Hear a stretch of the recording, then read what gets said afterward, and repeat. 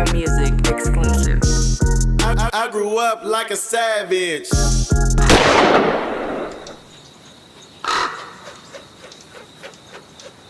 So like, what was the reception though? Like, because people always knew you had talent and you was fucking around though. So like, when you really did it and had something to give people, was they like, damn, this nigga really doing it? Yeah, it was kind of like cause we always used to have, it was like, our fans at that time was people that wanted to do what we was doing. That Okay. all other rappers. So that was kind of like the way I would spread the word is people that who I seen fuck with me and they probably were more popular than me. Mm-hmm. I would get them on my shit so they can just naturally spread the word about me because I wasn't, as you see, I wasn't a natural like loud ass nigga. So I used to use other people to get the message out like that. And like, you continued that even up to this day. Mm-hmm. You still believe in that philosophy. Like that shit dope. I peeped that though. I'm like, man, this nigga sharp. Like that's like, and you wouldn't know till later on that like that's great marketing. You know what I'm saying? Like you don't know. Like it's good to spread yourself around and be able to move because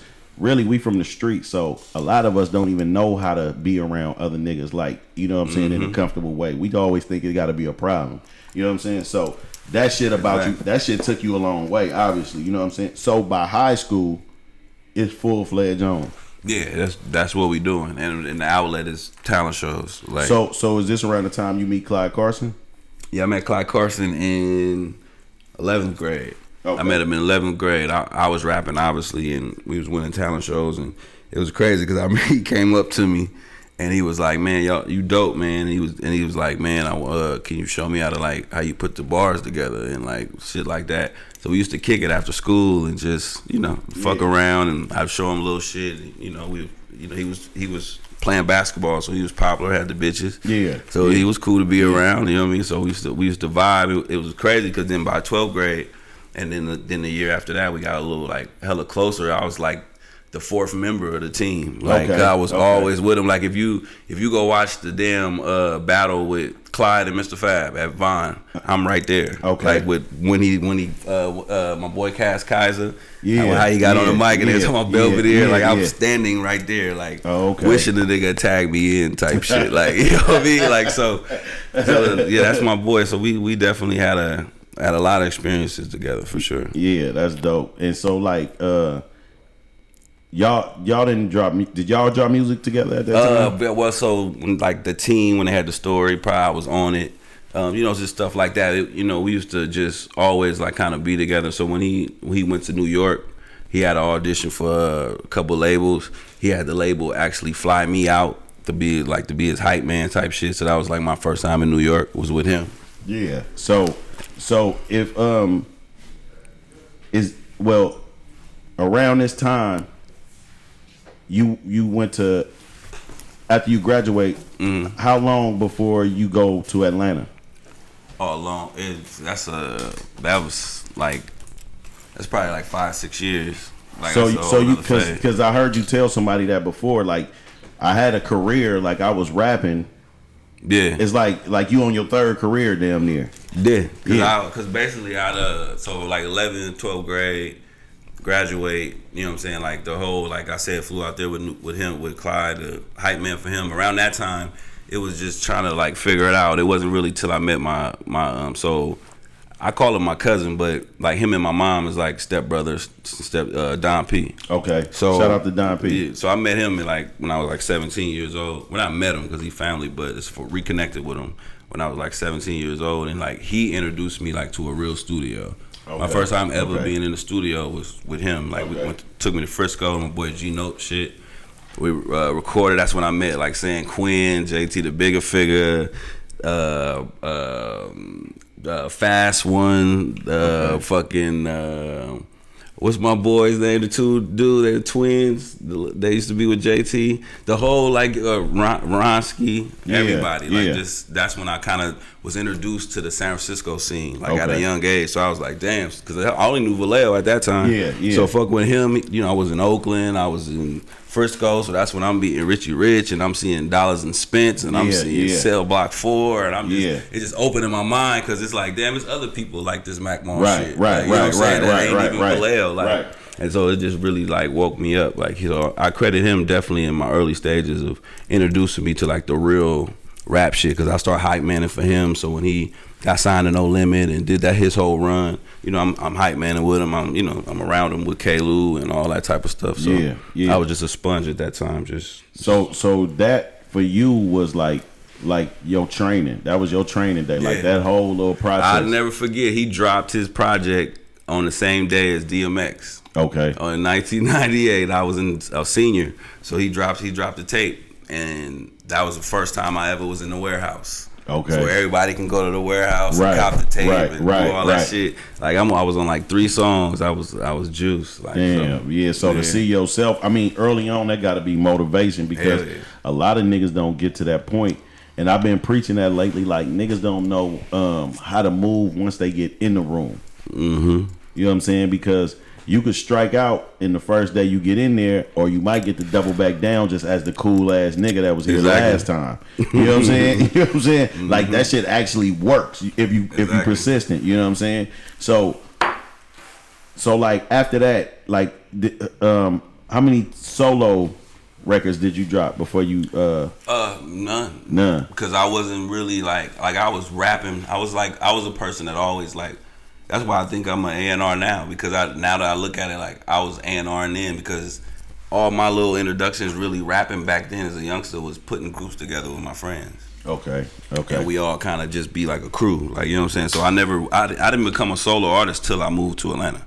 Okay. So all the time here before that, you know, it's being with my homies, having like crew projects and kind of featuring. So Fly Nigga Movement was before you left? That was after I came back. That was after you came back. Yeah. So what was before you left? Before I left was nothing. I was not established so it was at all. No group, nothing. I was groups like as far as like locally, my boy. We called ourselves Tribe Folkers. Okay, you know what I'm okay. Then we turned into the Water Boys. Okay. And then it turned into Drip. And Water Boys really continued though. Yeah. Cause we said the Water Boys because obviously we from the Bay. Yeah. You know, just some nicknames. So when we had that for a second, then we was like, you know, we wanted to change it. We was like, man, we felt like we was outgrowing it, so we changed it to the Drip. Okay. First it was because, you know, a drip, like from water, drip. Right. And then Dreamers really inspired people. Okay. But that was like 2012. Damn. That was before I knew what a gunner any of them niggas was. Like, you know what I'm saying? So it was just kind of crazy how that just kind of popped, because that's just like, we can name all kind of shit I said or did, and then it caught on with somebody bigger than I was, and you know. So what year do you leave to go to Atlanta?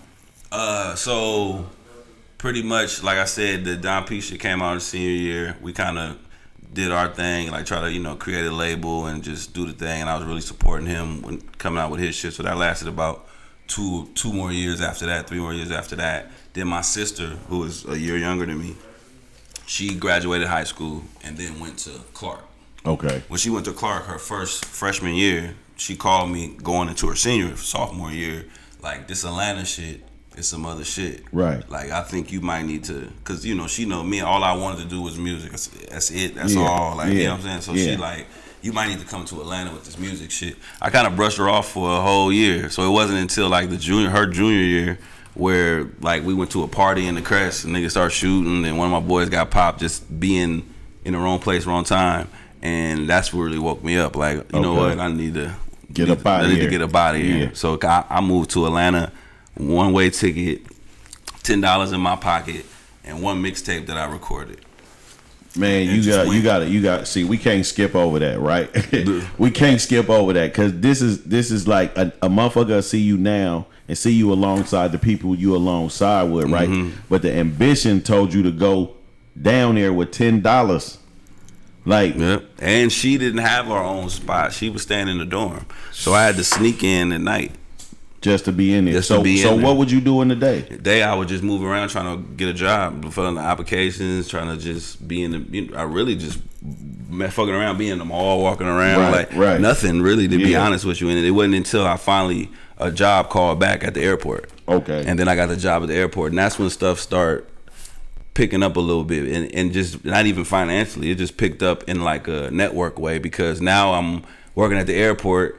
and the first job I had was pushing the wheelchairs. Okay. So when I'm pushing the wheelchairs, I'm just meeting all kind of people. Yeah, But mind yeah. you, now that I'm making this little bread every 2 weeks, now I can press up the tape that I had. You know what I'm saying? And I'm pressing that up and I'm giving that to everybody, anybody that's listening. I remember Pharrell.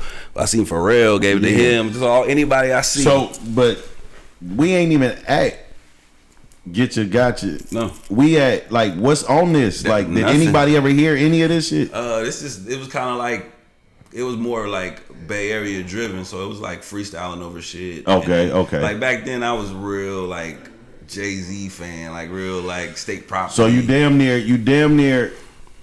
What Jay-Z era is this? Is this This Hard Knock Life.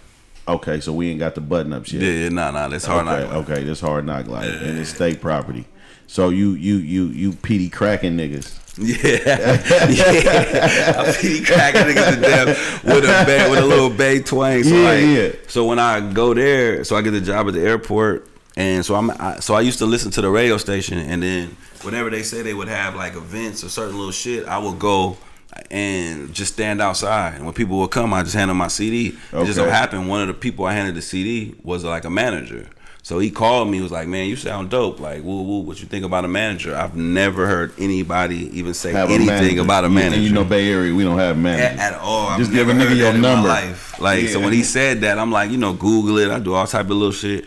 I'm like, you know what? I'm gonna fuck with him because I don't know nobody. It's at least a step. Like, you know what I'm saying? So he kind of introduced me to the showcase scene.